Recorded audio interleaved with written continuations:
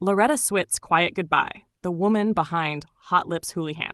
Loretta Swit has passed away at 87, and if you're anything like me, hearing that name, Hot Lips Houlihan, brings back a flood of memories, not just of M.A.S.H., but of an era when TV shows could actually shape culture. On May 30th, 2025, Loretta's life came to a peaceful close in her New York City home, and with it, we lost more than an actress. We lost a force. But before we say goodbye, let's talk about who Loretta Swit really was. Not just the sharp-tongued nurse in fatigues, not just a punchline from Hawkeye or Trapper John. She was so much more. An artist, a fighter, and a woman who refused to be put in a box. She was born Loretta Jane Swed on November 4th, 1937, in Passaic, New Jersey. The daughter of Polish immigrants, she grew up in a world that didn't exactly hand out acting dreams. Her mom worried she was too obsessed with the movies. Double features, stage plays, anything with a story. Loretta soaked it all in. But that hunger wasn't a phase.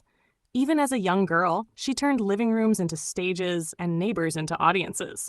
While working as a typist by day, she studied drama at night. She took the safe job for her parents, but chased the dream for herself. It was never about being famous. She just wanted to act.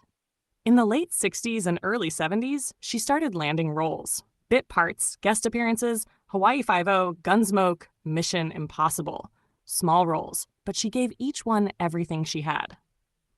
She even caught the eye of Jean Frankel, who told her she had a screen face. She didn't really know what that meant, but it stuck.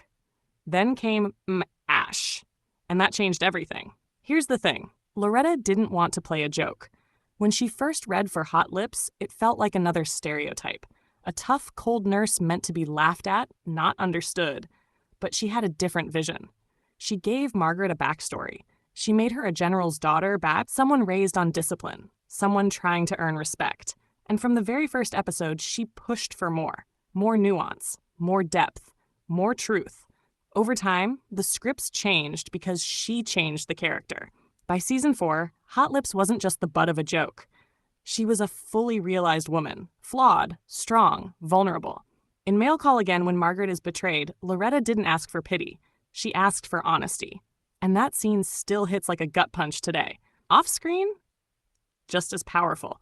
She was best friends with Jamie Farr, Klinger, and treated the cast like family. She'd bring snacks on set, comfort people who were struggling, and go full big sister mode when needed.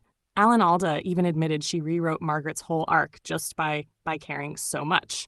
That's why by the end of M.A.S.H., the script stopped calling her Hot Lips. They just said Margaret. That's the kind of respect she earned. When M.A.S.H. ended in 1983, it wasn't the end for Loretta. She didn't slow down. She did theater. Shirley Valentine over 1,000 times. TV movies, guest spots, even comedies like Beer, and her one-woman stage show that won her Chicago's Top Theater Award. And behind the curtain, she found a second calling, animal advocacy. She went vegetarian in the early 70s, before it was trendy, founded the Swit Heart Animal Alliance, lobbied in Washington, donated, volunteered, spoke for animals who couldn't speak for themselves. She said acting revealed who we really are, and nothing revealed her more than her kindness. Now, about those rumors.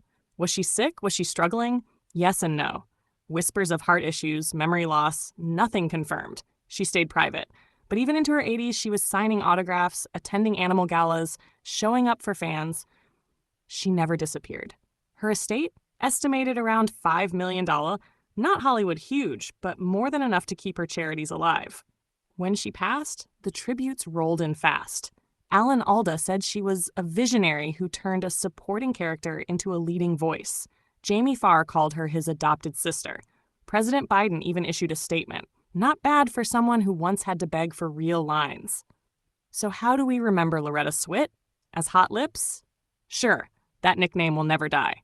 But let's also remember her as the woman who gave Margaret a soul, who turned a cardboard cutout into one of the most powerful female roles in TV history, who fed her castmates on set, who fed shelter dogs off it, who lived by the idea that every character and every creature deserved compassion.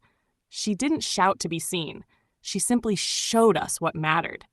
So when you next hear her bark, Hawkeye, report to my office, smile, because behind that bark was a lion heart. one who fought not just for better roles, but for a better world. Rest in peace, Loretta Swit. You gave us more than we ever knew we needed.